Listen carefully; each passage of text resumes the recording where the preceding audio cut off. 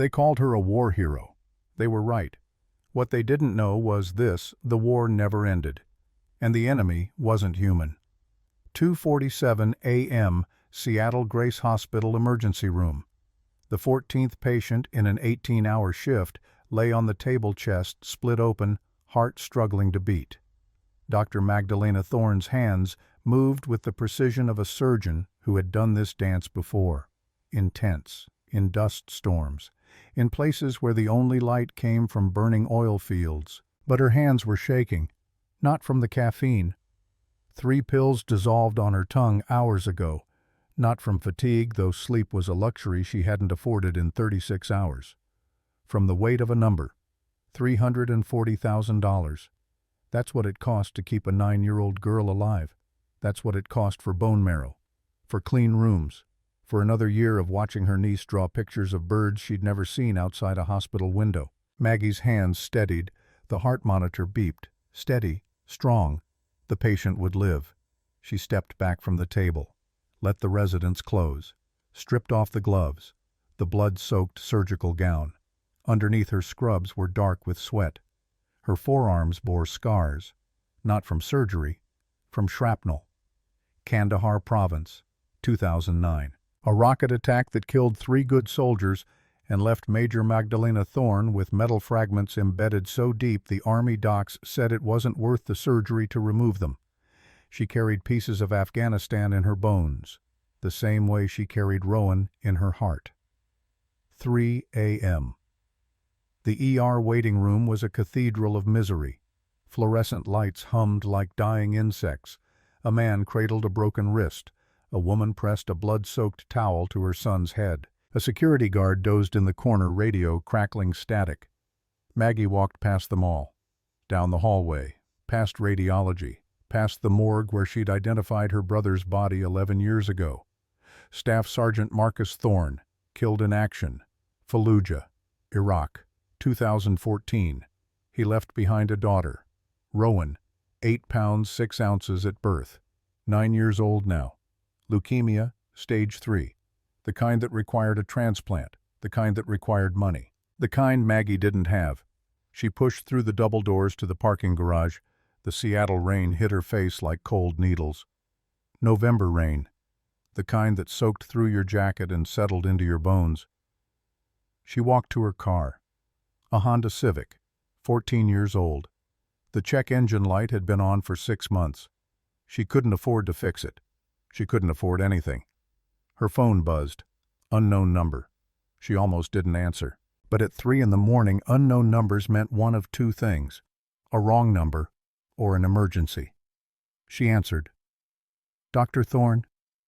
The voice was male, smooth, familiar in the worst way. "We need to talk." Her blood went cold. Garrett Vance. 5 years ago, Garrett Vance had been a colleague, a fellow ER physician, competent, charming, the kind of man who remembered birthdays and brought coffee on night shifts. They dated for 8 months. He proposed. She said yes. Then she found the credit card statements, $30,000 in cash advances, all to the same offshore account. When she confronted him, he laughed it off. A bad investment, a friend in trouble, nothing to worry about. She called off the engagement. 3 months later, she discovered the truth. Garrett Vance had a problem. Poker, high stakes, underground games in warehouses where men bet more than money, where debts weren't forgiven, where names got signed on documents without permission.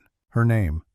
He'd forged her signature, used her credit, borrowed against her future. $180,000. To men who didn't care about explanations. To men who collected debts in blood. She'd been trying to fix it for 2 years, working triple shifts, selling everything. But the interest kept climbing. The threats kept coming. And now he was calling. "What do you want, Garrett?" "Just checking in." His voice was too casual, too light. "Heard you picked up a private nursing gig. Ravencrest Manor. Big money, I'm told." Her jaw tightened. How did he know, "Stay away from me"? "Can't do that, Maggie. See, we're partners. Remember, your debt is my debt is your debt, and our friends want their money." I never signed those papers. Courts don't care. Signatures match. Besides, his voice dropped, turned cold. You really want to go to court discovery depositions? How long before the hospital board finds out about the lawsuits, the malpractice claims? Her breath caught. There were no malpractice claims. She was meticulous, perfect record. 8 years in combat medicine, 6 years in trauma surgery, 0 mistakes. But he could create them. False reports, forged documents, testimony from paid witnesses. It didn't matter if they were lies. The investigation alone would cost her license, her career, Rowan's insurance. 48 hours, Maggie. Get me the money, or I call the board. The line went dead. Maggie stood in the rain. Water pooled in her boots. Her hands curled into fists, the same hands that had held together the chest cavity of a 19-year-old Marine outside Kandahar, the same hands that had sewn up children in field hospitals, the same hands that now shook with rage. She wanted to scream. Instead, she got in her car, started the engine. The check engine light glowed. She drove. 15 minutes later, she pulled into the parking lot of St. Catherine's Children's Hospital. The night shift nurse waved her through. She knew the way. 5th floor, room 512. The door was open. The lights were dimmed. Rowan lay in the bed, small, pale. An IV line ran into her left arm, another into her chest port. The machines beeped softly, monitoring, measuring, counting down. Maggie sat in the chair beside the bed, took her niece's hand. Rowan's eyes opened, blue, like her father's. "Aunt Maggie," her voice was a whisper, "you smell like hospital." "I am hospital." "That's gross." Maggie smiled. It hurt. "How was your day?" "Boring. They brought a therapy dog.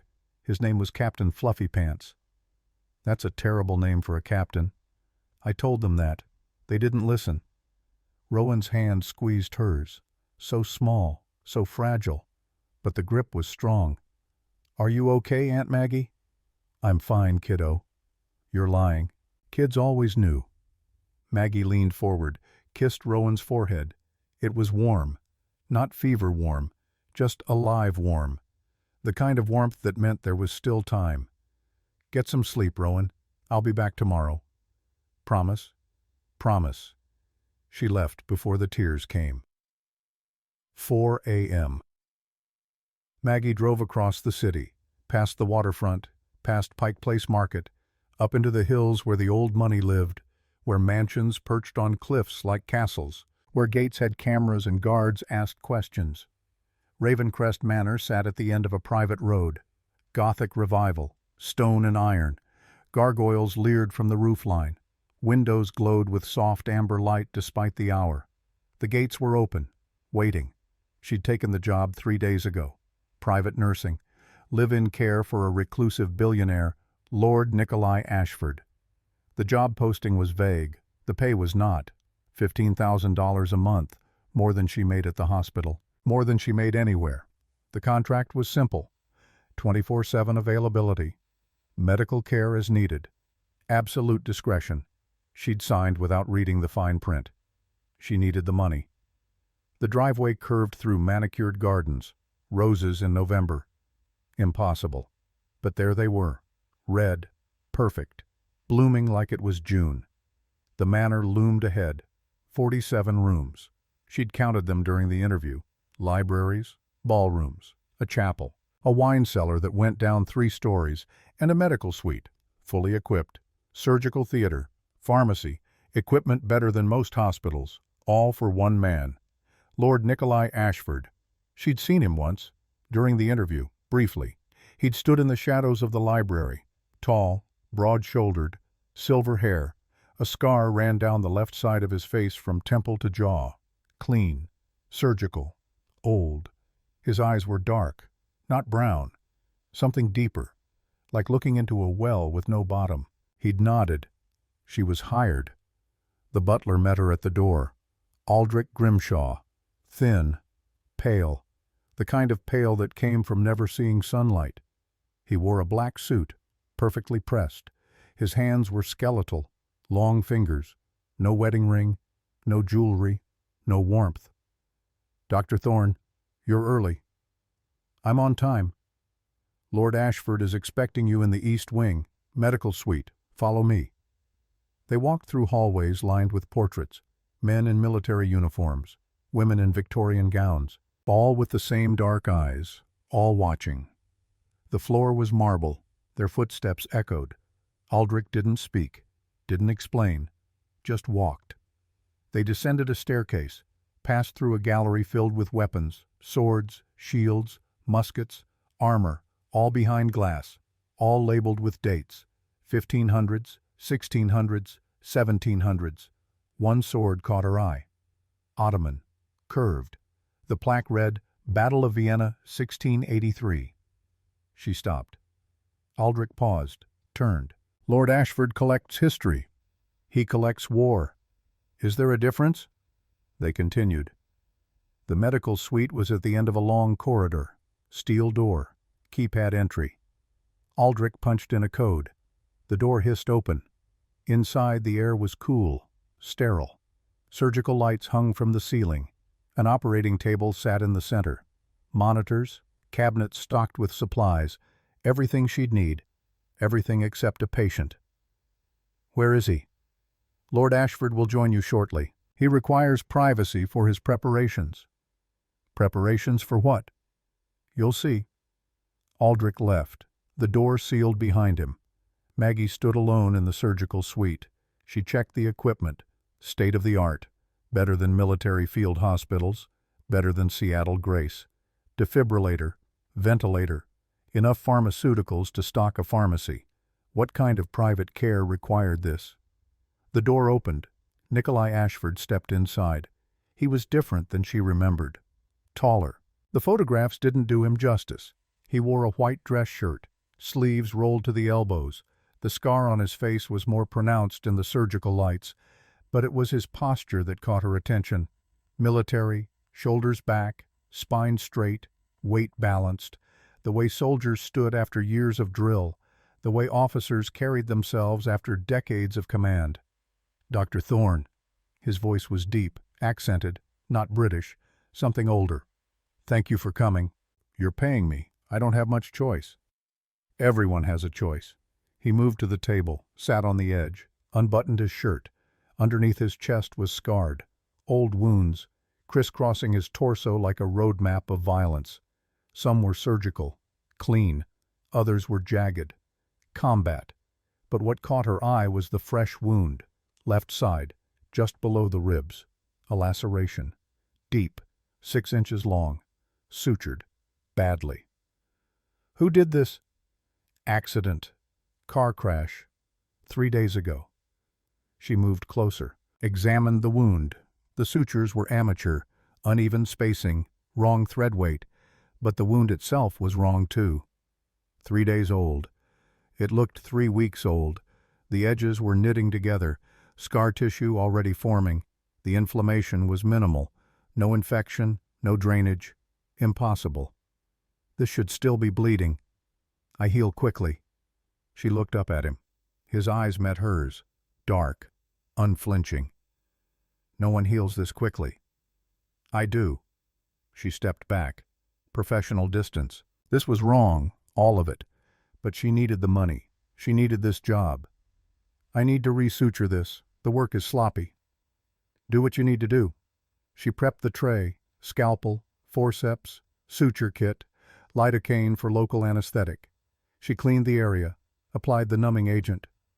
This will sting. He didn't flinch.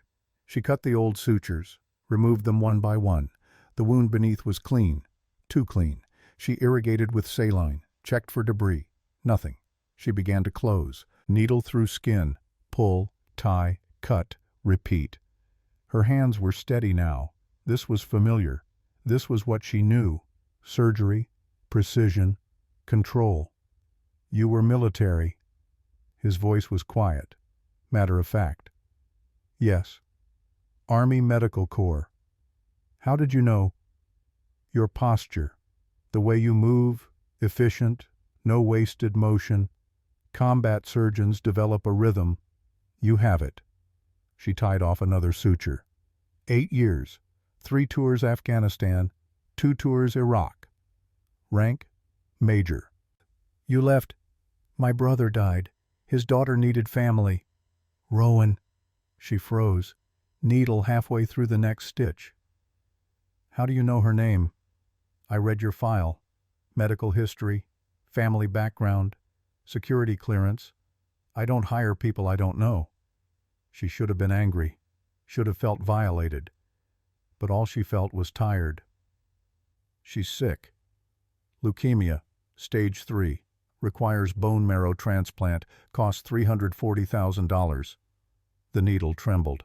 Why are you telling me this? Because I want you to know that I know your situation, your debt, your desperation. She set down the forceps, turned to face him fully. If you're going to threaten me, just do it. I'm not threatening you, Dr. Thorne. I'm offering you an opportunity. To what? To survive. Before she could respond, the door burst open. Aldrich stumbled in. His face was ashen, more pale than usual. Lord Ashford, we have guests. Who? The council has sent representatives for tonight's gala. They've arrived early. Something flickered across Nikolai's face. Anger. Number. Something colder. How many? 12, including Lord Marlowe. Damn. Nikolai stood, buttoned his shirt over the fresh sutures, turned to Maggie. Dr. Thorne, I need you to do something for me tonight. What? Serve wine. I'm a surgeon, not a waitress. Tonight you're both. The gala is important. Contracts worth billions. Defense contractors, government officials, people who cannot see weakness. If I cancel, they'll smell blood. I don't understand. You don't need to. Just pour wine, smile, be invisible. And if I refuse? He looked at her. Really looked. And for the first time she saw it. The weight behind his eyes. The centuries. No. That was impossible. Then you're fired, and Rowan's hospital loses its anonymous benefactor. Her blood went cold. What benefactor? The one who's been paying her bills for the last month. Did you think the hospital just forgot to send invoices? The room tilted. That was you. Yes. Why? Because I can. Because you needed help. And because I need you tonight. She should have walked out. Should have reported him. Should have done 100 things that made sense. Instead, she said, "What do I wear?" 6 p.m. The gala began. Maggie stood in the servants' corridor. She wore a black dress. Simple. Elegant. Provided by the manor staff. It fit perfectly. Too perfectly. Like it had been made for her. Aldrich handed her a silver tray. On it, bottles of wine. Vintage. Labels in French. Years that predated most countries. East ballroom. Serve from the left. Refill glasses before they're empty. Do not speak unless spoken to. Do not make eye contact. I was a major in the United States Army. I think I can handle serving wine. This is not the Army, Dr. Thorne. These are not soldiers. They are predators. And you are prey. The words should have sounded melodramatic, but the way he said it, the dead seriousness in his voice, she believed him. The ballroom was a cathedral of wealth. Crystal chandeliers, marble floors, walls lined with mirrors and gold. 50 guests, all in black tie, all beautiful, unnaturally beautiful. Their skin was too smooth, their movements too graceful, their eyes too bright. And they were all watching Nikolai. He stood at the center, commanding the room without effort. He wore a tuxedo, perfect fit. His silver hair was slicked back. The scar on his face seemed to glow in the candlelight. He held a glass of red wine. He hadn't drunk from it once. Maggie moved through the crowd, tray balanced, smile fixed, invisible. A man reached for a glass. His hand was cold, too cold. She refilled his drink, moved on. A woman laughed, too loud, too musical, like bells. She complimented Maggie's dress. Maggie nodded, said nothing. She was a ghost. And then she saw him, Garrett Vance, standing near the entrance, talking to a blonde woman in a crimson gown. He shouldn't be here, couldn't be here. This was a private event. Invitation only. But there he was. He saw her, smiled. She turned away, kept moving, heart pounding, tray shaking. She needed to leave, needed to get out, but the crowd was thick, bodies pressed close, too close. She felt dizzy. The ballroom tilted. Her hand slipped. A single drop of wine splashed onto the white tablecloth. The room went silent. Every eye turned to her. Nikolai stood 10 feet away, his gaze locked on hers. Then he looked at the stain, then back to her. And he saw it. The tremor in her hands, the paleness of her skin, the way she held herself, like she was bracing for a hit. He crossed the room in 3 strides, too fast, impossibly fast. "Everyone out!" His voice cut through the silence like a blade. The guests stared. Now. They moved. All of them. Without question, without protest. Like soldiers obeying a general. Within 60 seconds the ballroom was empty. Except for Maggie. And Nikolai. He stood before her. Tray still in her hands. He took it, set it aside. Then he reached out. Slowly. Telegraphing the movement. He touched her chin. Turned her face toward the light. She'd tried to hide it. Foundation, concealer, layers. But under the chandelier's glow the bruise was visible, dark purple, fresh, on her left cheek. And when he tilted her head he saw more. Fingerprints on her jaw, a split lip she'd covered with lipstick. The air in the room changed. The temperature dropped. The candles flickered. The wine in the glasses frosted over. Nikolai's eyes went black. Not dark. Black. Like all the light had been swallowed. "Who hurt you?" His voice was a whisper, but it filled the room, echoed off the walls, vibrated through the floor. Maggie's breath caught. She should lie, should deflect, should protect herself. But the way he looked at her, the rage in his eyes, not at her, for her. "My ex-boyfriend, Garrett Vance." "Where?" "The parking garage, hospital, 4 hours ago." "Why?" "He wants money. I owe him, or he says I do. If I don't pay, he'll destroy my career." Nikolai released her, stepped back. His hands were shaking, actually shaking. "How much?" "180,000. Done." "What?" "I'll pay it, tonight. Consider it a bonus." "I don't want your charity." "This isn't charity, Dr. Thorne. This is an investment. You are valuable to me, and I protect what is valuable. I'm not your property." His eyes softened. The black faded back to dark brown. "No, you're not. You're my ally, and allies don't let each other bleed." He turned, walked to the door, stopped. "Go home. Rest. Tomorrow you and Rowan will move into the East Wing. Guest suite, medical access, 24/7 security." "I didn't agree to that." "You will." He left. Maggie stood alone in the empty ballroom. Her hands still shook, but not from fear, from something else. Hope. 3 a.m. Ali's Tavern, South Seattle, the kind of place where cash was king and questions were expensive. Garrett Vance sat in a back booth, celebrating. He'd done it. Cornered Maggie.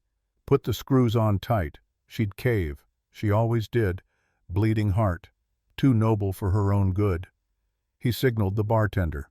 Another whiskey. The door opened. A man walked in.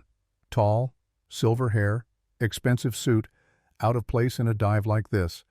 But he moved through the room like he owned it. Owned everything. He sat down across from Garrett. Uninvited. "Garrett Vance." "Who's asking?" "Someone disappointed in your behavior." Garrett laughed. "Look, buddy, I don't know who you are, but—" The man's hand shot out, caught Garrett's wrist. The grip was iron, unbreakable.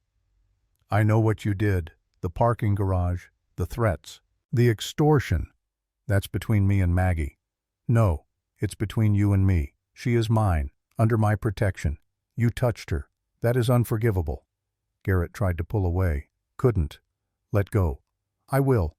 After we reach an understanding." The man's eyes changed. The pupils expanded. swallowed the whites, and in the darkness, something moved, something ancient. Garrett's blood went cold. You're going to leave Seattle tonight. You will not pack. You will not say goodbye. You will go east. Keep going until you hit the Atlantic, and if I ever smell you within 500 miles of Dr. Thorne again. The man picked up Garrett's glass, crushed it, barehanded, blood and whiskey mixed on the table, but the cuts on his palm healed. Instantly, skin knitting together like time-lapse footage. I will not be this gentle. He released Garrett's wrist. Garrett stumbled out of the booth, ran, didn't look back. Nikolai Ashford sat alone, stared at the blood on the table. His blood. He'd broken his own rule, interfered with a human, exposed himself, for her. The realization settled in his chest. After 487 years, he'd found something worth protecting. Morning came. Maggie woke to her phone ringing. Unknown number. She answered. Dr. Thorne, this is Seattle Grace Billing Department.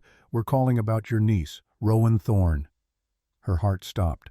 What's wrong? Nothing's wrong. We're calling to confirm payment. The Ashford Medical Foundation paid her account in full, including the transplant. 5 years of follow-up care, VIP suite upgrade. We just wanted to verify you authorized this. The room spun. Yes, I authorized it. Wonderful. She's being moved to the new suite this afternoon. Congratulations, Dr. Thorne. The line went dead.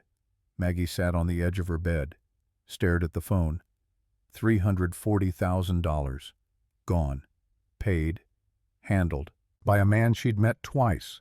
A man who crushed glass with his bare hands and healed in seconds. A man who asked, "Who hurt you?" like it was a declaration of war. She should have been grateful.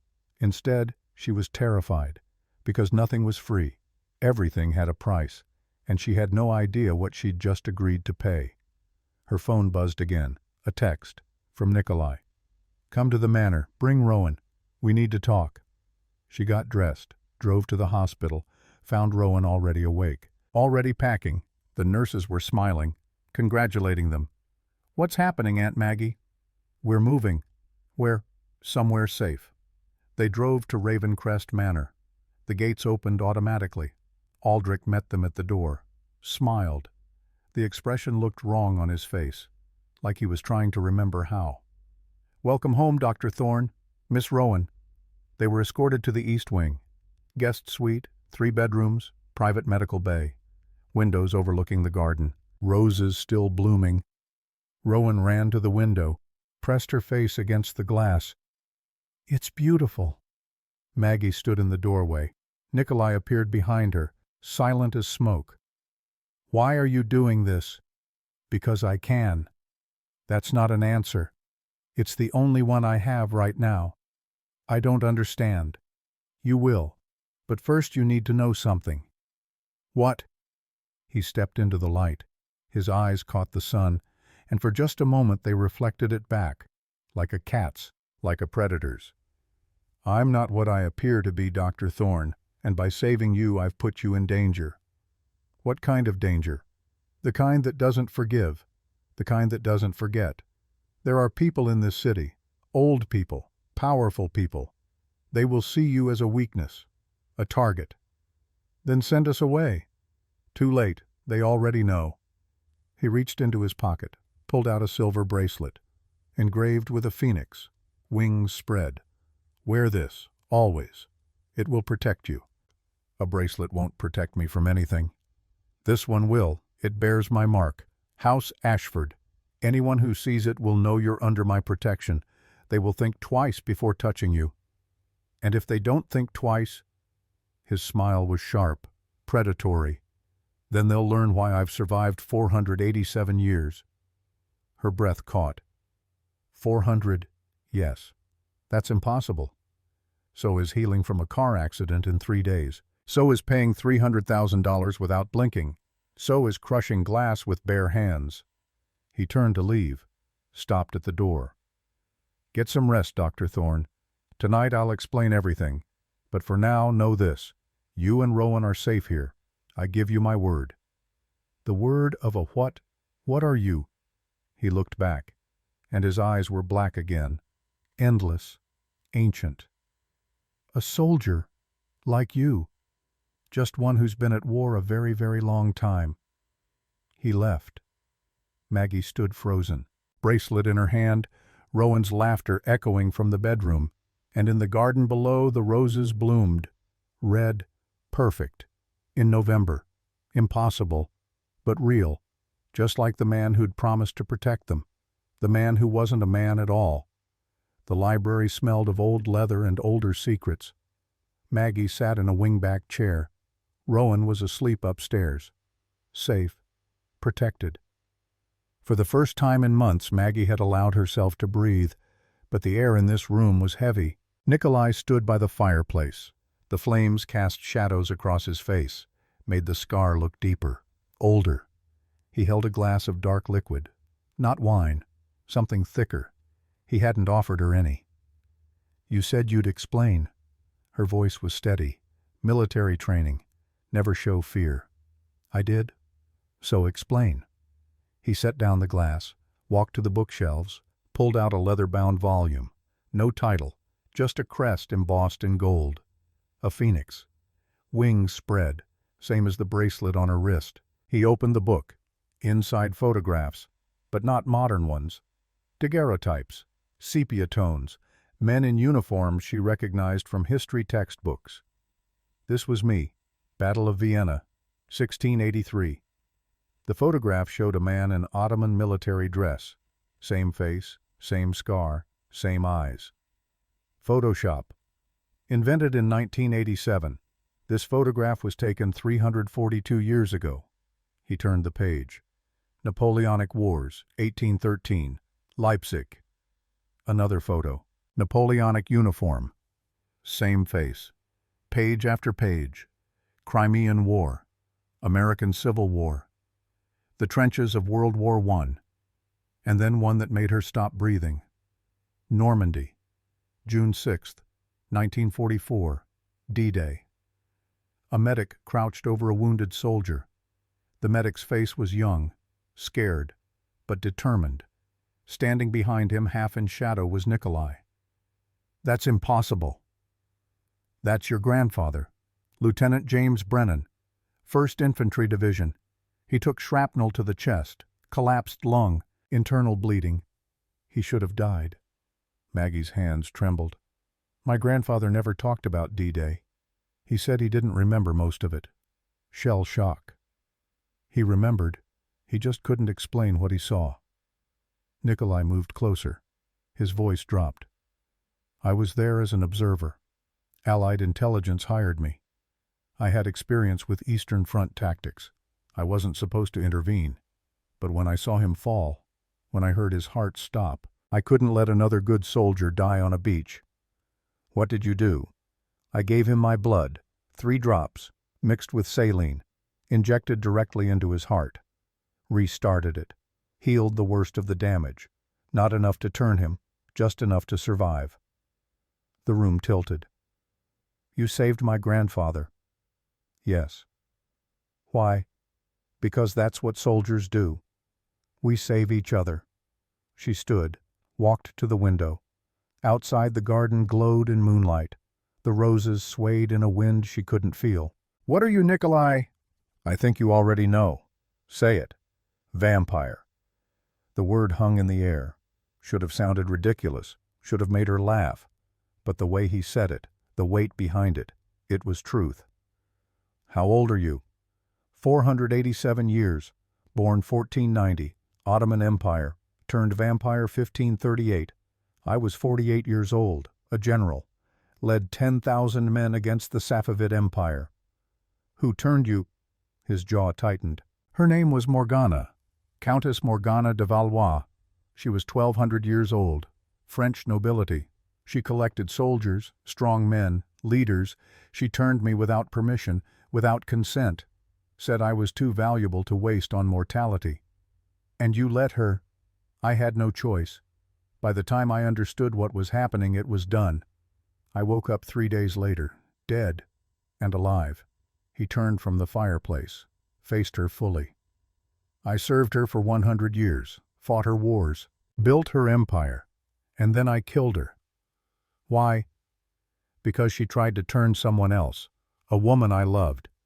Catherine Fletcher, 1889, London. Catherine was human, a nurse. We were going to marry. But Morgana saw her as competition, tried to force the change. His voice cracked, just slightly. Catherine was too sick. Influenza. Her body couldn't handle the transformation. She died screaming. Maggie's throat tightened. I'm sorry. Don't be. I killed Morgana 3 days later, burned her estate to the ground. The council excommunicated me, said I was too dangerous, too unstable.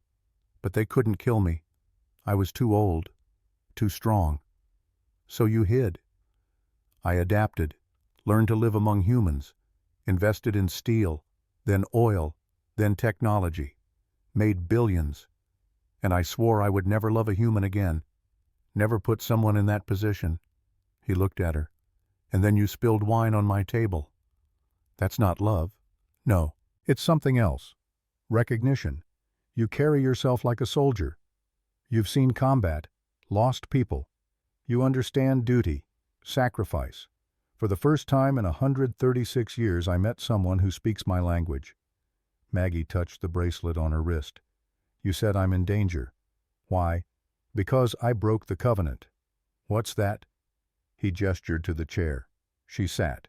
He remained standing, pacing. Old habit. Generals paced. The covenant is the law that governs vampires, written in 1523. After the Inquisition nearly wiped us out. The core rule: do not interfere with human affairs. Do not reveal yourself. Do not create attachments. Humans are food, resources, nothing more. That's barbaric. That's survival.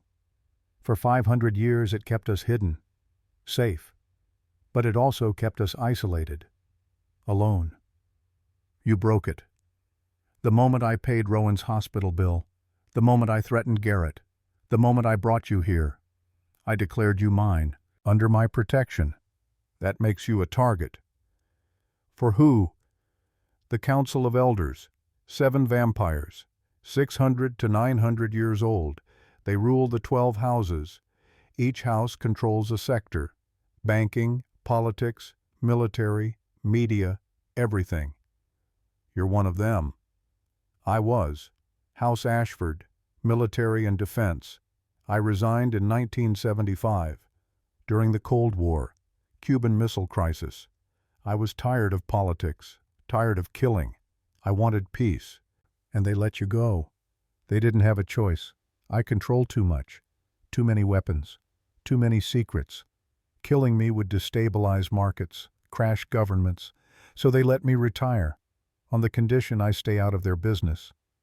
And now you're back in. By protecting you, I've forced their hand. They'll see you as leverage, a way to control me, or punish me. Maggie stood. Then I'll leave. Take Rowan and disappear. You can't. They already know. They were at the gala. Lord Vincent Marlowe, Lady Cassandra Vale, Elder Marcus Corvinus. They saw you, smelled you. They know your blood type, your medical history, your address. How? Aldrich. The name hit like a fist. Your butler. My mistake. I trusted him. He's been with me 120 years. I thought loyalty meant something. He's reporting to them. I don't know yet, but someone told Vincent Marlowe about you. Someone inside this house. Maggie's hand went to her hip. Instinct, looking for a sidearm that wasn't there. What do we do? Nikolai smiled, grim, predatory. We prepare for war. The next 3 weeks were a blur. Day 1. Nikolai introduced Maggie to the old guard. 4 vampires who'd served under him for centuries. Colonel Victor Strom, 380 years old. Prussian military. Built like a tank. Spoke 5 languages. Expert in close-quarters combat. Isabella Ravencroft, 340 years old. British nobility. Sniper. could hit a target at 2,000 yards in a hurricane. And the Morrison twins, Castor and Pollux, 290 years old, former Confederate scouts. They moved in perfect synchronization, finished each other's sentences. When they fought, they were a single weapon with 4 hands. They were terrifying, and they were loyal. Dr. Thorne, Victor's accent was thick, German. The general says you can fight. I was a combat surgeon, not infantry. All soldiers fight. Some just fight with scalpels. He handed her a knife. Military issue. K-bar, 7-inch blade. Show me how you hold it. She gripped it. Thumb on the spine. Blade down. Combat grip. Victor nodded. Good. Now show me how you kill. Training began. Day 3, hand-to-hand combat. Victor was relentless. He moved like water, flowed around her attacks, countered before she finished the motion. She hit the mat 17 times. On the 18th, she swept his leg. He went down, surprised. Better. Day 7, firearms.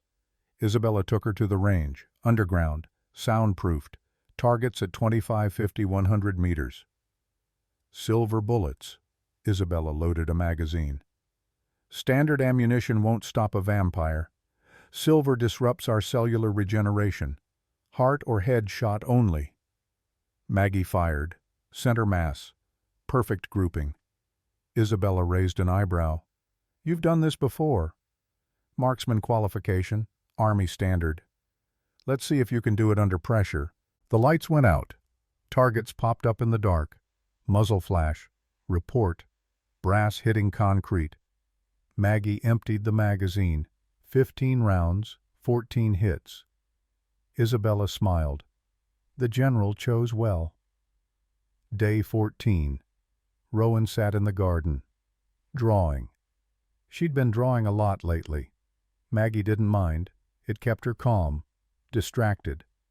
But today's drawing made Maggie stop.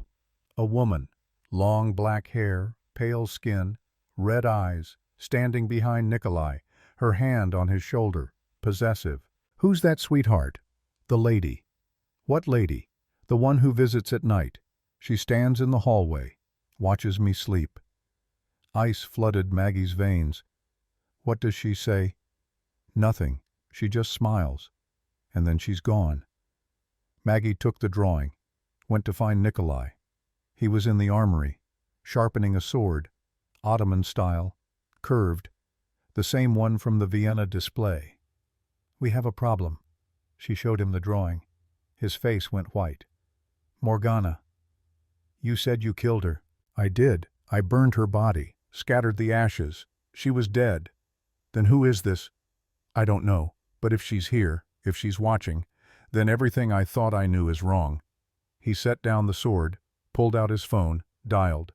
Victor, secure the east wing, no one in or out. Post guards on Rowan's room, 24/7. He hung up, looked at Maggie. I need to make a call. To someone I swore I'd never speak to again. Who? Lady Cassandra Vale. She's on the council. But she's also old, older than me. If anyone knows about Morgana, it's her. The call lasted 10 minutes. Maggie couldn't hear the other side, but she heard Nikolai's voice rise, then fall, then go silent. When he hung up, his hands were shaking. Cassandra says Morgana was seen in Paris 6 months ago, London 3 months ago, and now here. How you killed her? I killed her body, but vampires are hard to kill permanently. Fire, decapitation, both together. I did the fire, but I never confirmed the head. So she's alive. Worse, she's hunting, and she's been planning this for a long time. Day 21. The invitation arrived. Heavy cardstock, gold leaf, embossed phoenix crest. The Council of Elders cordially invites Lord Nikolai Ashford and guest to the Winter Solstice Gala, San Francisco Opera House, December 21st. Black tie. Attendance mandatory. Maggie read it twice. Mandatory. If I don't go, I look weak. If I go alone, I look like I've abandoned you. Either way, they win. So we go together. It's dangerous. I've been shot at in Kandahar. I think I can handle a party. This isn't a party. It's a stage. They'll test you, push you, see if you break. Then I won't break." He studied her, long and hard. "You're sure? I'm a United States Army officer. I don't back down. You were an officer. You're retired. Once a soldier, always a soldier." He smiled. Rare, genuine, spoken like a true general. December 21st, winter solstice. The opera house glowed like a cathedral. Red carpets, marble steps, paparazzi everywhere. But not for celebrities, for monsters. Maggie stepped out of the car. She wore a black gown. Simple, elegant, no jewelry except the phoenix bracelet. Her hair was pulled back, military tight. Nikolai wore a tuxedo, classic, timeless. His silver hair caught the camera flashes. They walked up the steps together. Inside was worse. 150 vampires. All beautiful, all deadly. The air was cold, too cold. Their breath didn't fog, because they didn't breathe. Maggie felt every eye on her. Nikolai took her arm, leaned close. "Stay near me. Don't accept drinks from anyone. Don't go anywhere alone. I'm not an idiot. I know. But they are predators, and you are the most interesting thing in this room." They entered the ballroom.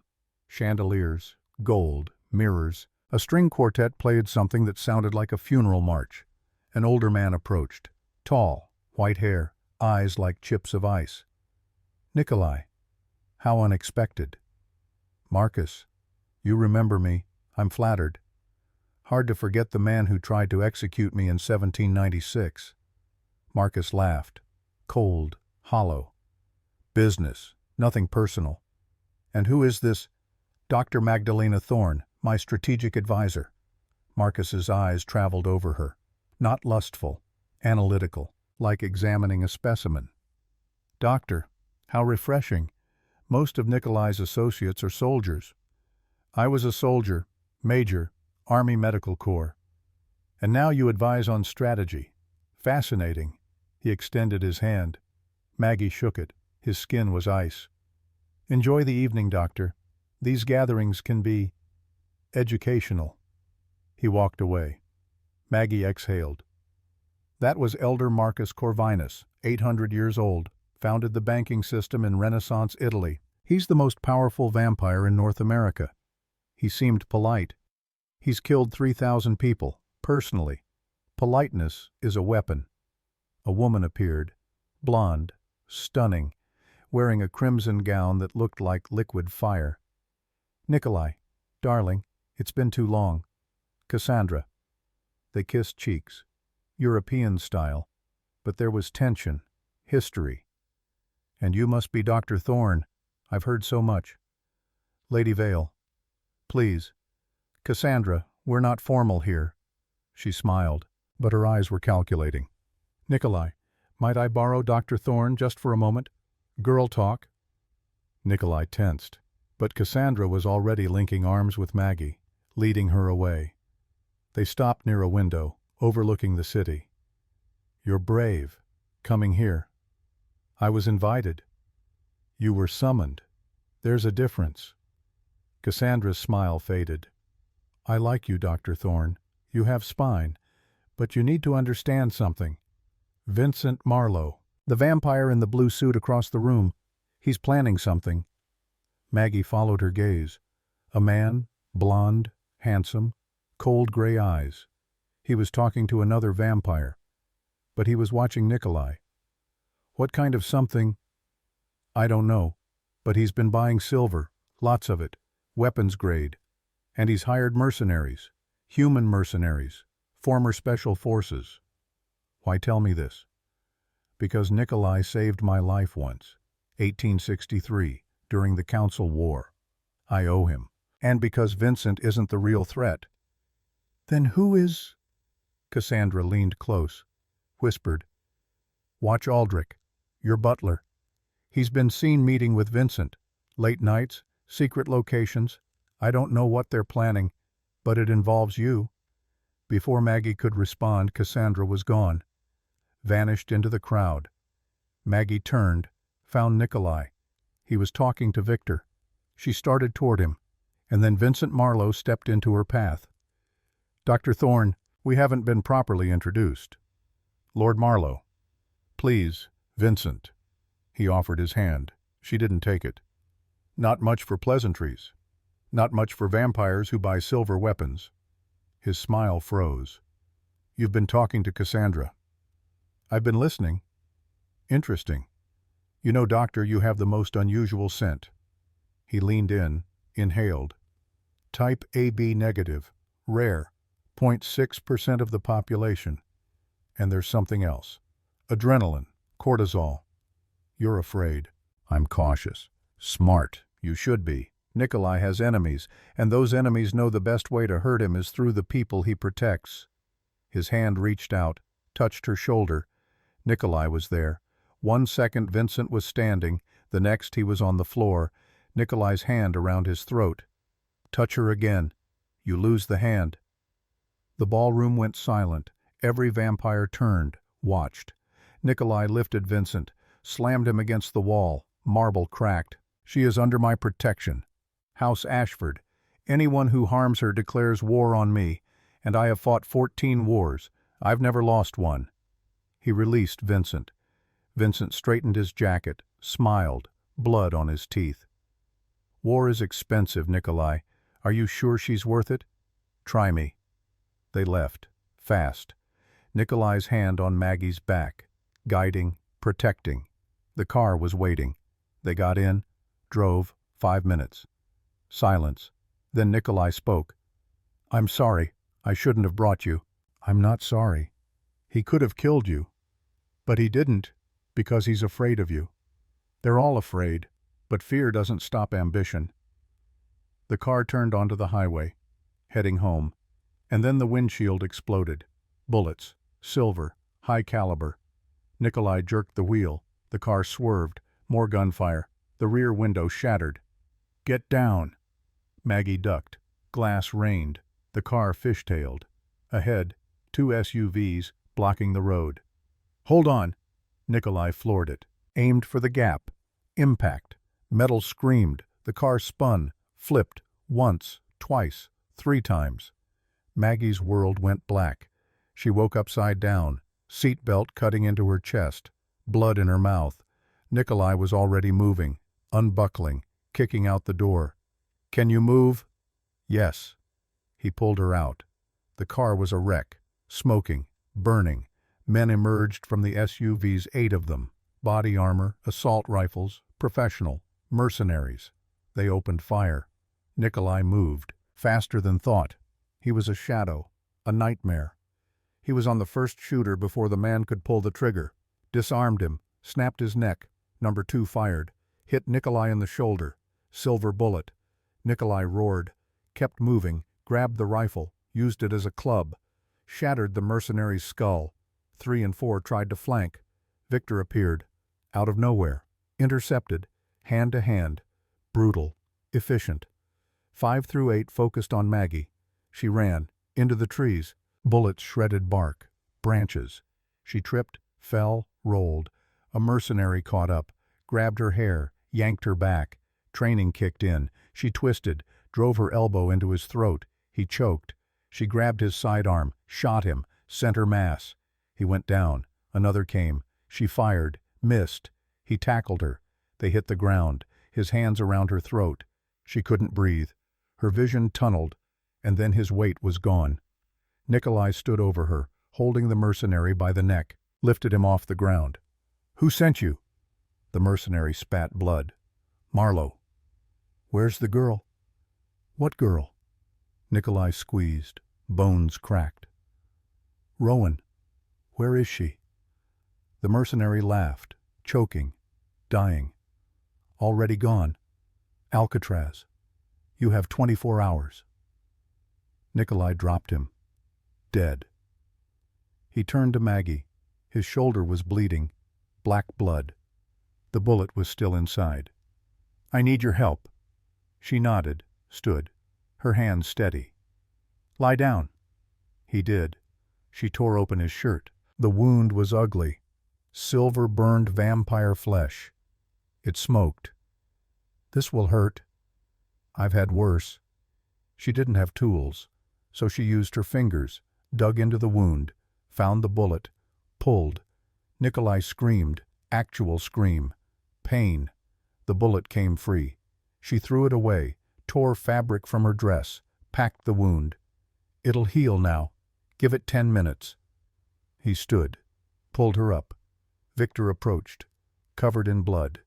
None of it his. All dead. But they were a distraction. I know. They took Rowan. Maggie's heart stopped. What? Nikolai's phone buzzed. Text message. He showed her. A photo. Rowan, tied to a chair. Alcatraz Island visible through the window. Below. A message. 24 hours. Come alone. Trade yourself for the girl, or she dies. VM. Maggie grabbed the phone. We call the police. FBI. Someone. They can't help. This is vampire business. She's a child. I know. He took the phone back, dialed. Victor, Isabella, Castor, Pollux. Wake everyone. Full gear. We're going to war. He looked at Maggie. I'm getting her back. I promise you. I'm coming with you. No. Yes. You'll die. Then I'll die fighting. She's my family. My blood. If you think I'm going to sit in a safe house while you risk your life, you don't know me at all. They stared at each other. Finally Nikolai nodded. You fight like a soldier. You'll die like one too. I can live with that. They drove back to Ravencrest Manor. The house was chaos. Old guard assembling, weapons, armor, plans. Aldrich met them at the door. Lord Ashford, thank God you're safe. I heard about the attack. Is there anything? Nikolai grabbed him by the throat, slammed him against the wall. How long have you been working for Vincent? Aldrich's eyes widened. Genuine shock. Or good acting. I don't know what you're talking about. Don't lie to me. I've served you for 120 years. I would never. Nikolai released him. Then explain this. He showed Aldrich his phone. Emails, correspondence, between an encrypted account and Vincent Marlowe, discussing House Ashford security, schedules, weaknesses. The email address was Aldrich's. I didn't send those. Your account, your signature. I was hacked. Someone used my credentials. Convenient? It's the truth. Nikolai studied him, long and hard. I want to believe you, but right now I can't trust anyone. Victor, lock him in the wine cellar, silver chains, until this is over. My lord. Now. Victor dragged Aldrich away. Nikolai turned to Maggie. If he's lying, he dies. If he's innocent, I'll apologize later. But right now, I can't afford mercy. I understand. They went to the armory. Maggie had never seen so many weapons. Swords, guns, grenades, equipment from every era. Isabella handed her a pistol. M1911, classic, silver bullets. 15 rounds, plus 2 spare magazines. Aim for the heart or head. Nothing else will stop them. Maggie checked the weapon. Loaded, safety on. I've used these before. Good, because where we're going you'll need every bullet. Victor brought tactical gear. Body armor, Kevlar, reinforced plates. Not perfect, but better than nothing. The Morrison twins appeared, carrying cases. Flashbangs, smoke grenades, silver wire for traps. They spoke in unison. It was unsettling. Nikolai dressed, black tactical suit. Armor underneath, his Ottoman sword strapped to his back, 2 pistols, combat knife. He looked at Maggie. Last chance to stay behind. No. This is Alcatraz. Maximum security prison, now a fortress. Vincent has 20 vampires, maybe more. We'll be outnumbered. I've been outnumbered before. Not like this. Nikolai.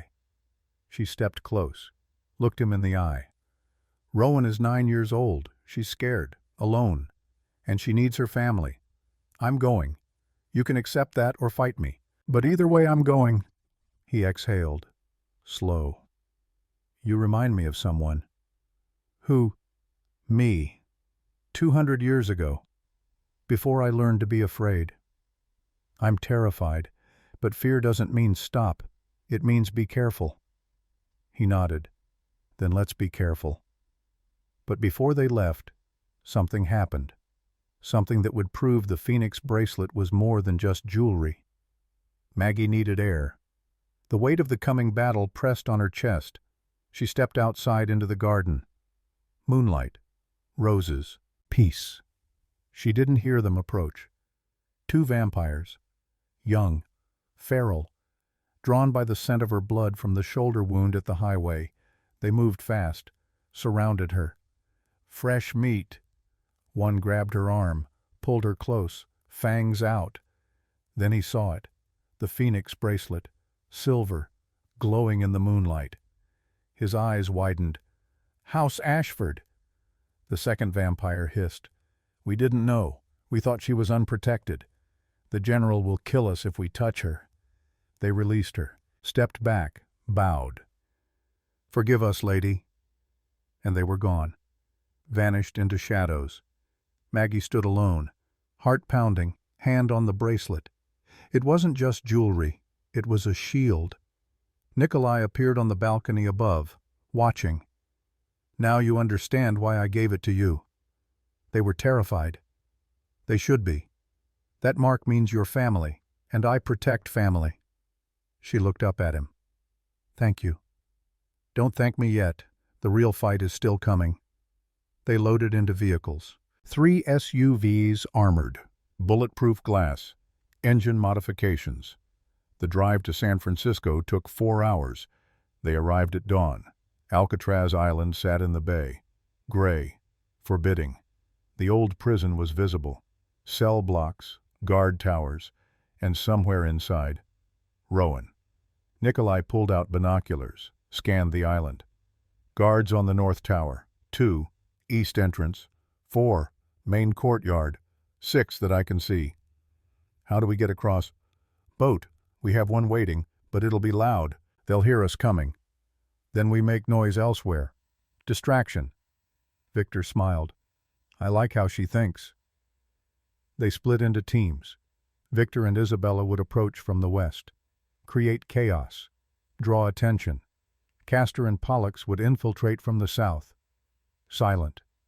Fast. Take out sentries. Nikolai and Maggie would go straight up the middle. Loud. Aggressive. When this starts, Nikolai said, it doesn't stop. No hesitation. No mercy. They won't give us any. Everyone nodded. For Rowan. For family. They moved. The boat cut through the water. Silent. Electric motor. They landed on the east shore. Rocks. Slippery. Maggie climbed. Her hands found holds. Muscle memory. Obstacle courses. Basic training. They reached the wall. Nikolai went first. Pulled himself up. 20 feet. No rope. Maggie followed. Slower. Human. He reached down, pulled her up the last 10 feet. They were inside. The courtyard was empty. Too empty. Trap. I know. They moved forward anyway. The first vampire appeared. Young. Maybe 50 years old. Cocky. Nikolai didn't slow. Drew his sword. One swing. Head separated from body. Ash. Gunfire erupted. West side. Victor's distraction. More vampires poured out. 8. 10. 12. Nikolai met them head on. A whirlwind. Blades singing. Bodies falling. Maggie stayed back. Fired. 1 shot. Heart. Vampire dropped. 2 shots. Head. Another down. Her hands were steady. A vampire got past Nikolai. Came at her. Fast. She fired. Missed. It grabbed her. Threw her. She hit the wall. Ribs cracked. Can't breathe. The vampire smiled. Fangs out. Dessert. Shot. It collapsed. Maggie looked up. Isabella. On the tower. Sniper rifle. Pay attention, doctor. Maggie stood. Kept firing. They fought their way inside. Cell block A. The old prison. Bars. Concrete. Echo. And there. At the end. A door. Steel. Modern. Nikolai kicked it open. Inside. A room. Medical equipment. And Rowan. Tied to a chair. IV in her arm, blood draining into a bag. Maggie ran. "Rowan!" The girl's eyes opened, weak. "Aunt Maggie." "I'm here, baby. I'm here." Maggie tore the IV out, untied the ropes, behind them, slow clapping. Vincent Marlowe stepped out of the shadows. "Touching. Really. But you're too late." "For what?" "The blood. I needed it. Fresh. Young. To feed my pets." He snapped his fingers. The walls opened, hidden doors, and out came the monsters. Feral vampires. 4 of them. Once human, now twisted, mutated, all fangs and claws and hunger. They'd been fed Rowan's blood. They charged. Nikolai met the first one. Sword versus claws. Brutal. The feral was strong, too strong. It knocked Nikolai back, slammed him into the wall. The second came at Maggie. She fired. Once, twice, hit the shoulder. It didn't slow. It grabbed her throat, lifted her. She couldn't breathe. Her vision darkened, and then it screamed. Rowan stood behind it, holding a broken IV pole, stabbed through the vampire's back. It dropped Maggie, turned on Rowan. "No!" Maggie tackled it. They went down. It was on top, stronger, faster. It bit her shoulder, fangs deep, pain, white hot, consuming. She screamed, gunshot. The feral's head exploded. Nikolai stood, smoking gun. "Get up, we're not done." Maggie stood, blood pouring from her shoulder, but she could move. The third and fourth ferals circled. Victor burst through the door, Isabella behind him. "Need help." "Kill them." It was chaos. Close quarters. No room for swords, fists, knives, teeth. Victor broke a feral's spine, twisted its head off. Isabella shot the last one, 3 times. It finally stopped moving. Silence. Except for Vincent. Clapping. "Impressive. But you're all going to die here." Nikolai walked toward him, slowly. "No, you are." Vincent pulled a detonator. "I have C4 in the walls, enough to bring this whole place down. You have 10 seconds. You'll die too. I'm willing to make that sacrifice." Nikolai stopped. Vincent smiled. "That's what I thought. You've gone soft, General. Love makes you weak." Maggie stood, pulled Rowan close, and then she saw it. The IV bag, still connected to the machine, full of Rowan's blood, connected to a pump, connected to power. She grabbed her gun. 1 bullet left. She fired. Hit the machine. Sparks flew. The pump exploded. Blood sprayed all over Vincent. The ferals, the dead ones, started twitching. Their blood, mixed with Rowan's, created something.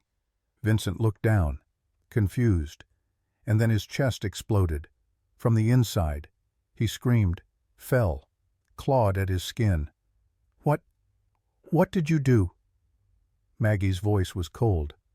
"Rowan's blood has antibodies. From the leukemia treatment, it's toxic to vampires. You just bathed in it." Vincent convulsed, skin blistering, smoking. "Impossible.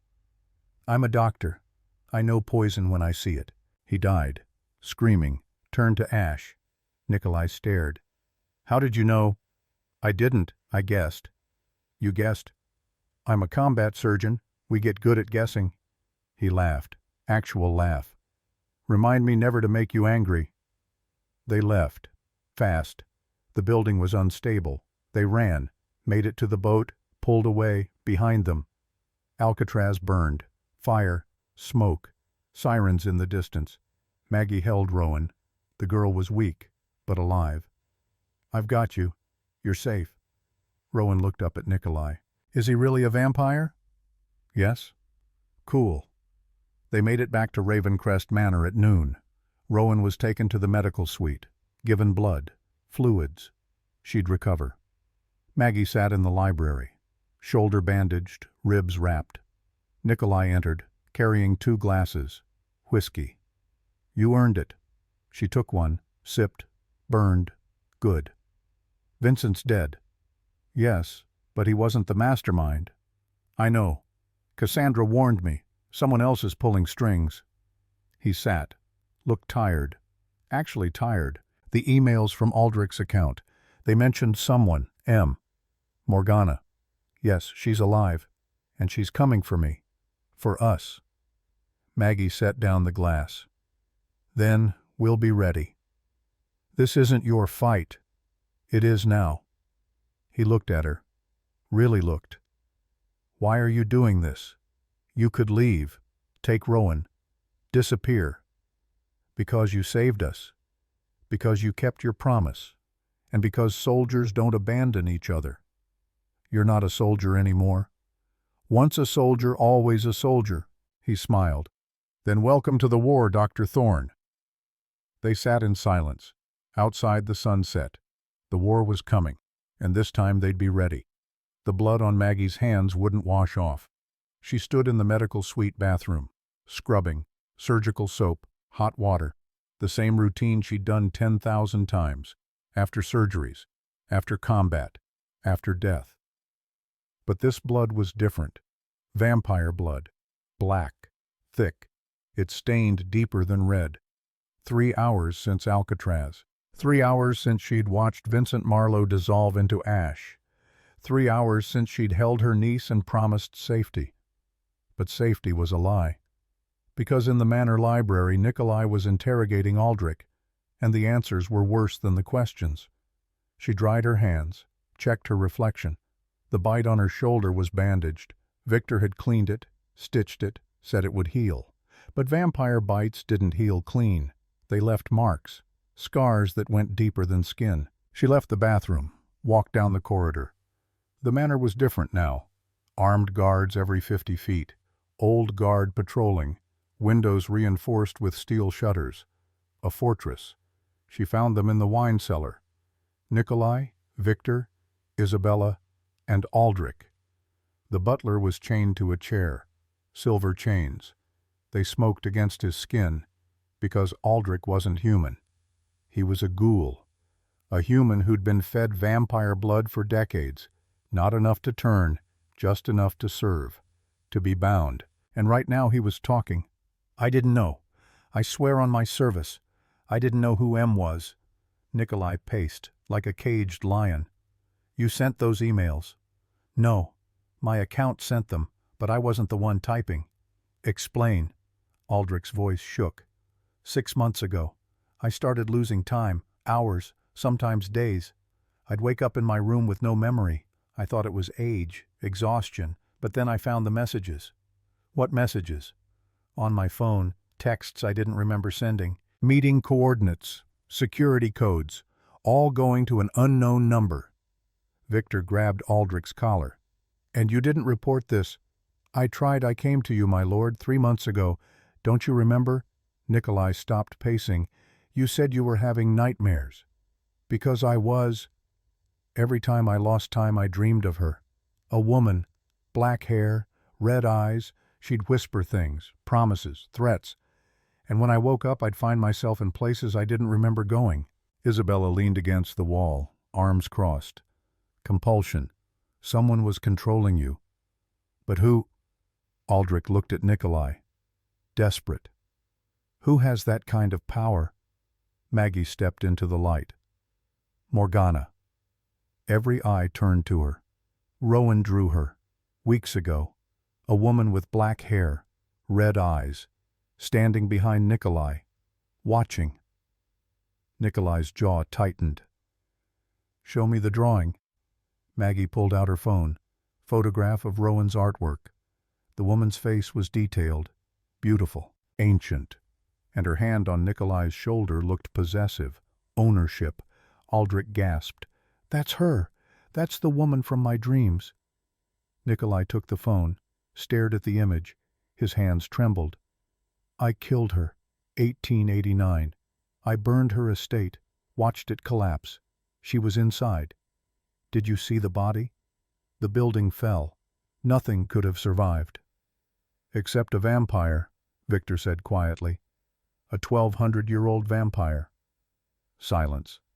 Then Nikolai turned, punched the wall. His fist went through stone, rebar, concrete dust. She's been alive this whole time, playing games. Vincent was a pawn, Aldrich was a pawn, and Rowan—" He stopped, looked at Maggie. "They took Rowan to draw us out, to see how we fight, to test our defenses. And now she knows," Isabella finished. Nikolai pulled his hand from the wall. "Bloody. Healing already. Victor, double the guards, silver ammunition. No one enters or leaves without my authorization." "Yes, sir." "Isabella, contact Cassandra Vale. Tell her we need council support." "She won't help, not officially." "Then unofficially. I don't care. We need allies." Isabella left. Nikolai turned to Aldrich. "Can you fight the compulsion?"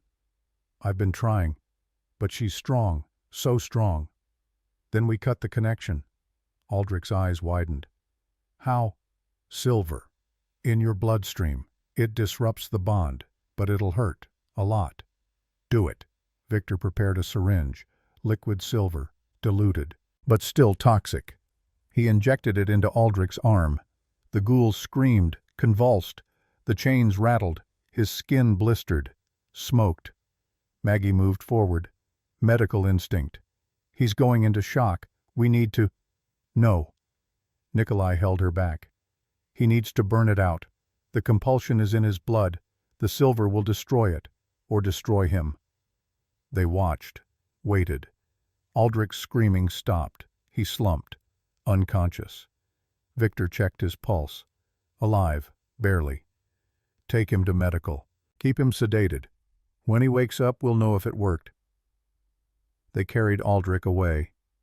Maggie and Nikolai stood alone in the cellar, surrounded by wine bottles, centuries old, dust-covered, forgotten. "She's coming for you," Maggie said. "I know." "Why?" "It's been 136 years. Why now?" Nikolai walked to a shelf, pulled out a bottle. 1889, the year Catherine died. "Because I killed the thing she loved." "What thing?" "Herself. Morgana is narcissism incarnate. When I refused to mourn Catherine with her, when I killed her instead of forgiving her, I took away her control, her power. For 1,200 years, she'd never been rejected, never been defeated." He opened the bottle, poured 2 glasses. The wine was red, dark. "She spent 136 years rebuilding, planning, waiting for me to care about someone again. And then you spilled wine on my table." Maggie took the glass. "I'm sorry." "Don't be. You gave me something I thought I'd lost." "What?" "Purpose." They drank. The wine tasted like history, like blood and time. Maggie's phone buzzed. Text message, unknown number. She opened it. A video. She pressed play. The screen showed a room, dark, candles, and in the center a woman, Morgana, even more beautiful than the drawing, timeless, ageless, perfect. She smiled into the camera. "Hello, Dr. Thorne. We haven't been properly introduced. I'm Countess Morgana de Valois. I created the man you're standing next to. Quite literally. He was nothing before me. A soldier, a mortal. I gave him eternity." Her voice was silk, poison. "And now you've taken him from me. Again. First it was Catherine, now it's you. You have a pattern, Doctor. You steal things that don't belong to you." She leaned closer.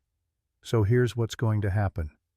Tomorrow night, midnight, you will come to me, alone, the old cathedral on Mission Street. You know the one. Abandoned. Perfect for, confession. If you don't come, I'll kill everyone you love. Rowan first, then Nikolai. Then I'll burn this city until there's nothing left but ash and screaming." The video ended. Maggie's hand shook. Nikolai took the phone, watched the video twice. "She's bluffing." "Is she?" "Morgana doesn't make empty threats, but she also doesn't fight fair. This is a trap." "Then we don't go." "We have to, because if we don't, she'll do exactly what she promised." Maggie set down her glass. "Then we bring everyone. Old Guard, Council, every weapon we have." She said alone. "And I said we don't negotiate with terrorists." Nikolai almost smiled. You really were a major." "Damn right I was." They planned through the night. The old cathedral on Mission Street, built 1856, abandoned 1992 after the Loma Prieta earthquake. Structurally unsound, condemned, perfect for an ambush. Victor spread blueprints across the table. Original architect drawings, updated with modern scans. 3 entrances, main doors, north transept, south sacristy, plus the bell tower, accessible via external ladder. "Sniper positions," Nikolai asked. Isabella pointed. "Bell tower, best sight lines, but exposed. Anyone up there is a target." "I'll take it," Maggie said. Everyone looked at her. "You're not a sniper." "I qualified expert marksman, Army standard. I can make the shot." "This isn't a range, doctor. This is combat." "I've been in combat. Kandahar, Fallujah. I've taken fire. I've returned fire. I can do this." Nikolai studied her.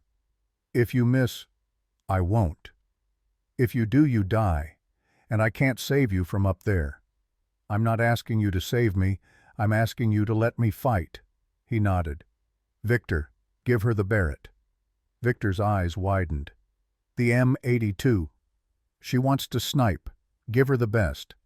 The Barrett M82, 50 caliber, anti-material rifle, designed to destroy vehicles. Effective range 1,800 meters, loaded with silver rounds." Victor handed it to Maggie.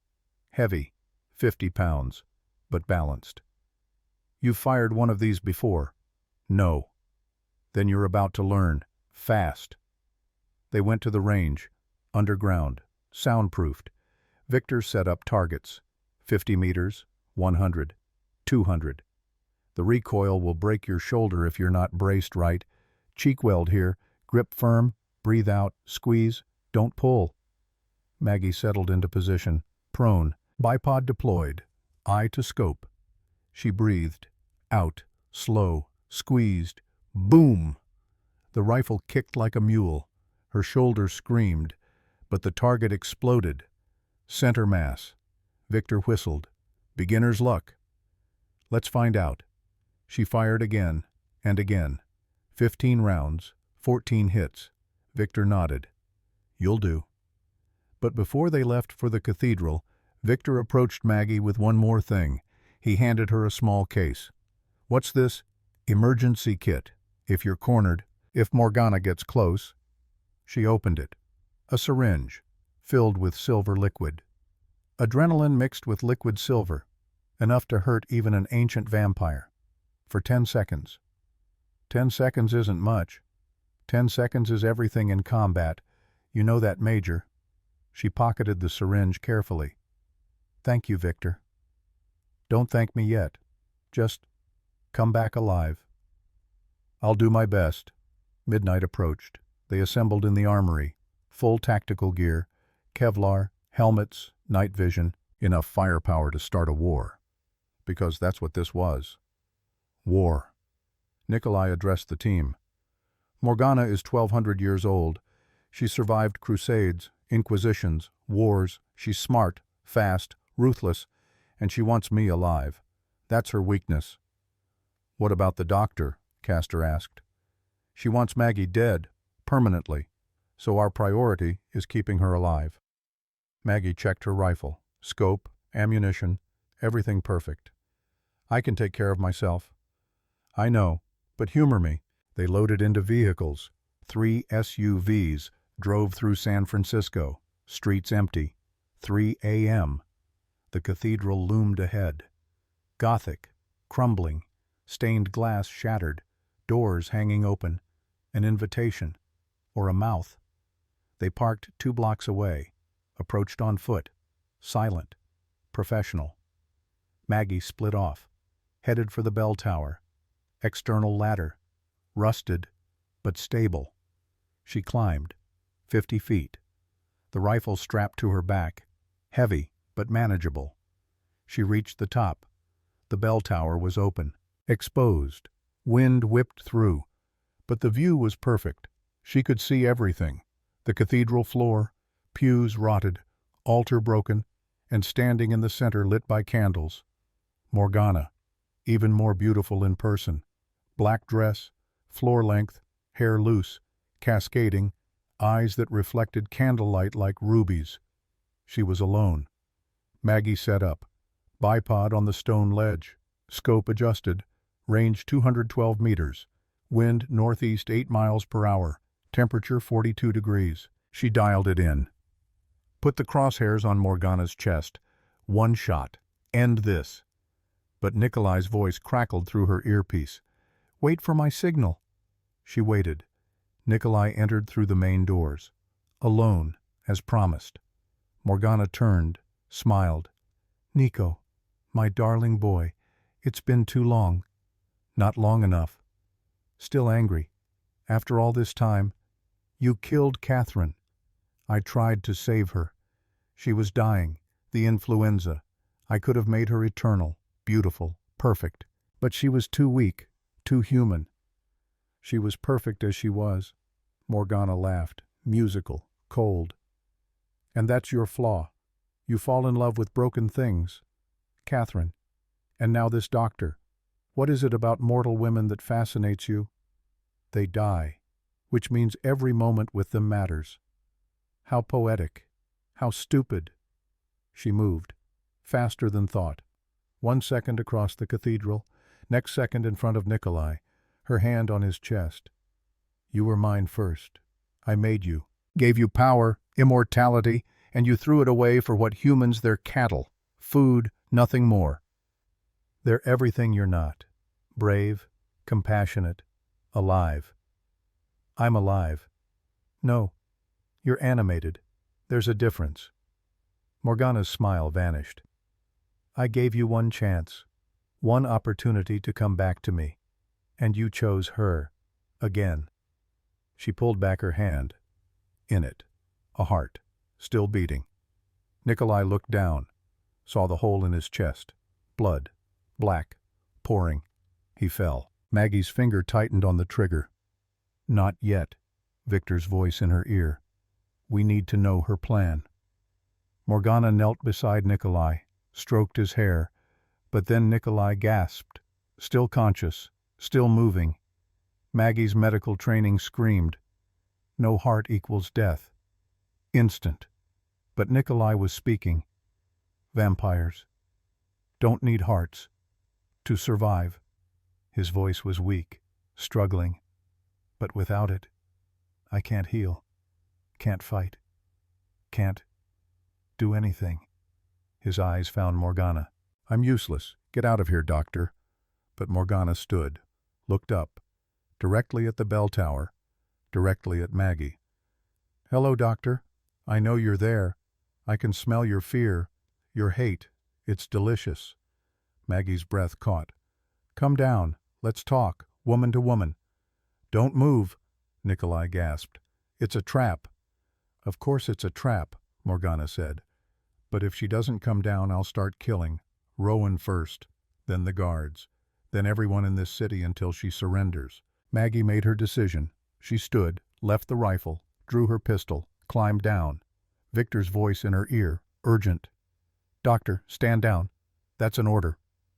I was a major. You were a colonel. I don't take orders from you. She ripped out the earpiece, descended the ladder. 50 feet, her hands steady. She entered the cathedral. Morgana waited, smiling. Brave, stupid, but brave. Let Nikolai go. This is between us. Oh, darling, this was never about you. You're just the excuse. She moved. Maggie fired. 3 shots, center mass. Morgana caught the bullets, bare-handed, crushed them. Silver, how quaint. She backhanded Maggie. The impact sent her flying, 15 feet. She hit a pew, wood splintered, pain, ribs, again. Morgana walked over, leisurely. You know what I admire about you? Your persistence. You don't quit, even when you should. She grabbed Maggie by the throat, lifted her. But persistence without power is just noise. Maggie couldn't breathe, couldn't move. Her vision darkened, and then she remembered. The syringe in her pocket, the one Victor gave her. Emergency dose, adrenaline, mixed with liquid silver. For emergencies. She pulled it out, stabbed it into Morgana's arm, pressed the plunger. Morgana screamed, dropped her. Maggie hit the ground, gasped. Air. Morgana clutched her arm, skin blistering, smoking. "You bitch!" The doors exploded. Old guard poured in. Victor, Isabella, Castor, Pollux. Guns blazing. Silver bullets filled the air. Morgana dodged, weaved, impossibly fast. But she was hurt. Slower. One bullet hit. Shoulder. She hissed. Another. Leg. She fell. Victor advanced, gun raised. "End of the line, Countess." Morgana laughed, blood on her teeth. "You think this is the end? I've died before. I always come back." "Not this time." He fired. Headshot. Morgana's skull exploded. Her body collapsed, twitched, then stilled. For 10 seconds nobody moved. Then Victor kicked the body. Nothing. "She's dead."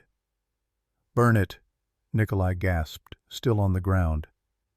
"Burn everything." They doused the body in gasoline, lit a match.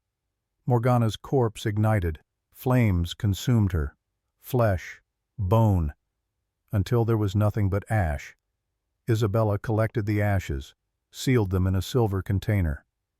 "I'll scatter these across 7 oceans. She won't come back from that." Maggie crawled to Nikolai. His chest was a mess. The wound wasn't healing. "Why isn't it closing?" "She took my heart, literally. It's over there." Maggie looked, saw the heart, still beating, on the altar. She ran, grabbed it, brought it back. "I need to put this back." "You need to be a cardiac surgeon." "I am a cardiac surgeon." She tore open his shirt further. The hole was massive. She could see his spine. "This is insane." "Welcome to my life." She placed the heart back, into the cavity, used her hands to hold it in place. "I need sutures, clamps, a surgical suite. Use your blood." "What?" "Your blood, mix it with mine. It'll bond, temporarily, long enough to get me home." She didn't hesitate. Pulled out her knife, cut her palm, let her blood drip into his wound. The effect was immediate. Her blood, his flesh. They fused, knitted together. In 30 seconds his chest closed. Nikolai gasped, sat up. "That was unpleasant." "You're welcome." He looked at her, really looked. "You saved my life. Again. We're even now." "Not even close." They helped each other stand, limped out of the cathedral. Behind them, the building burned. 14 months later. The council meeting was held at Ravencrest Manor. Neutral ground, safe ground. 7 vampires sat around a massive oak table. Elder Marcus Corvinus at the head. Nikolai stood, Maggie beside him. Marcus spoke first. "Lord Ashford, you requested this assembly. Speak." "I'm reclaiming my seat on the council, House Ashford, Military and Defense, as per the original charter." Murmurs, whispers. "And," Marcus asked, "and I'm naming a co-regent, Dr. Magdalena Thorne." Silence.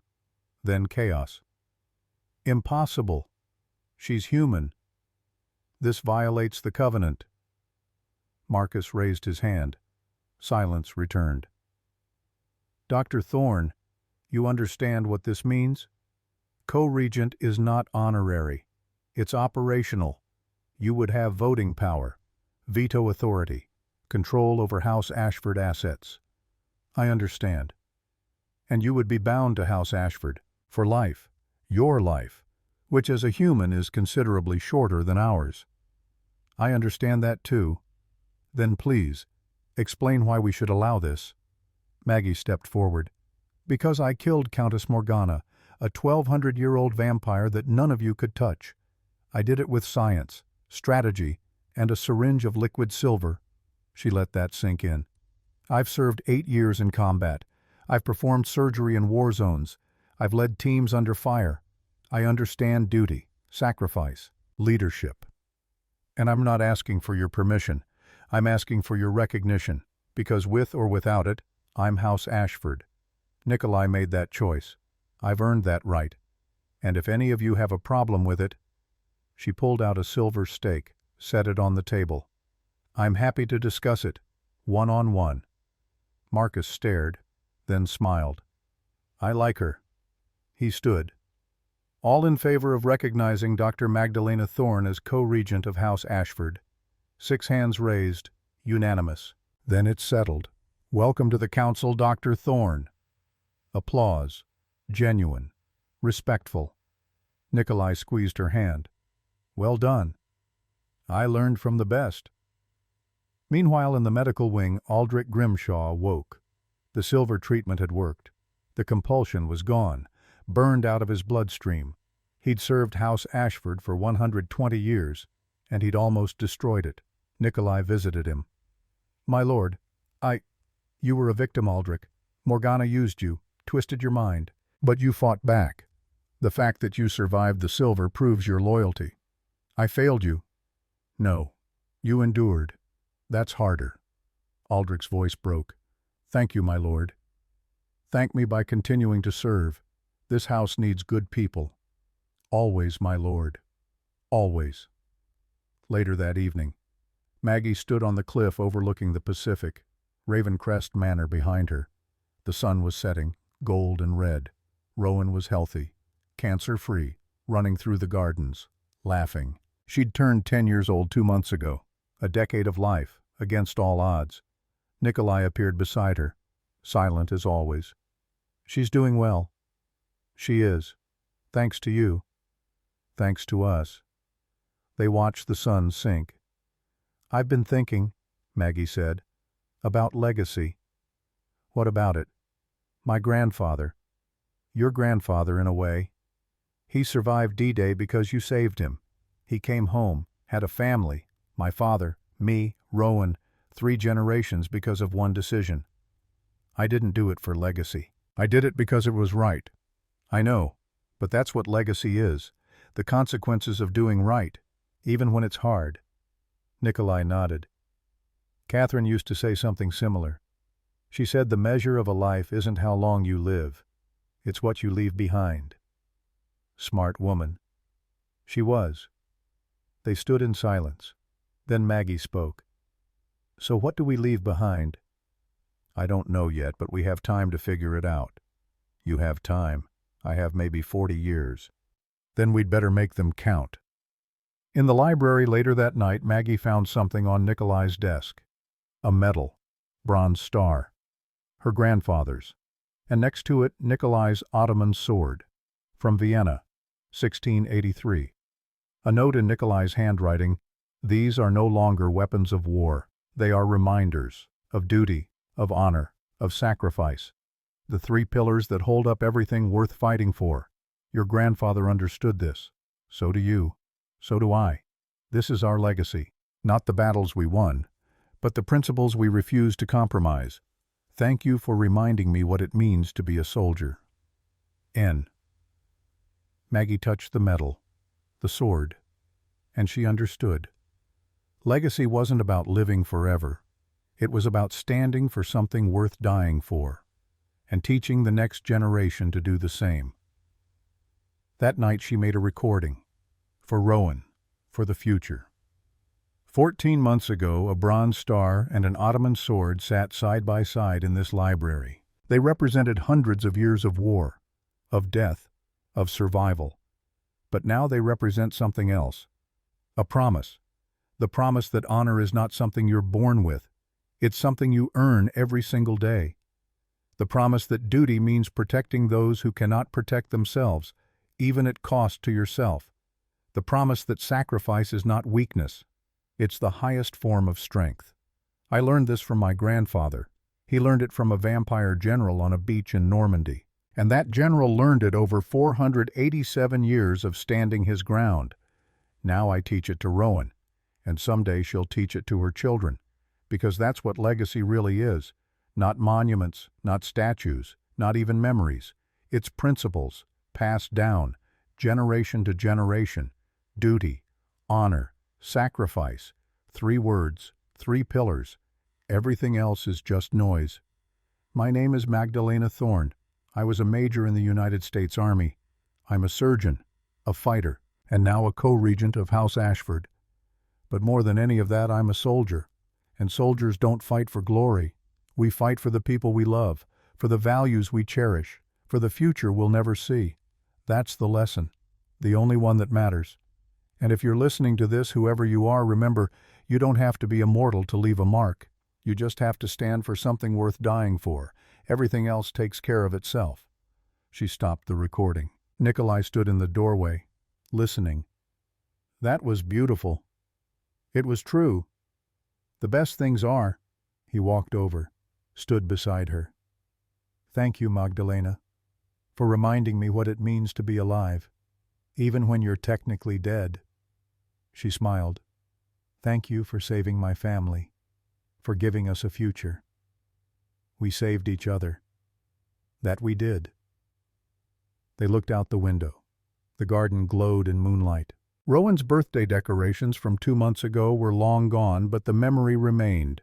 Colorful, innocent, hopeful. What happens now? Maggie asked. Now we live. We fight when we must. We protect what matters, and we teach the next generation to do better than we did. Sounds like a plan. It's the only plan worth having. Somewhere in the distance, church bells rang. Midnight. A new day beginning. Maggie Thorne, former Major Current Doctor, newly appointed co-regent of House Ashford, stood beside a vampire general who'd survived 487 years of war, and together they watched the future unfold, because that's what soldiers do. They stand watch. They hold the line. They protect what matters. Everything else is just details. Duty, honor, sacrifice. 3 words that defined a life worth living and a legacy worth leaving.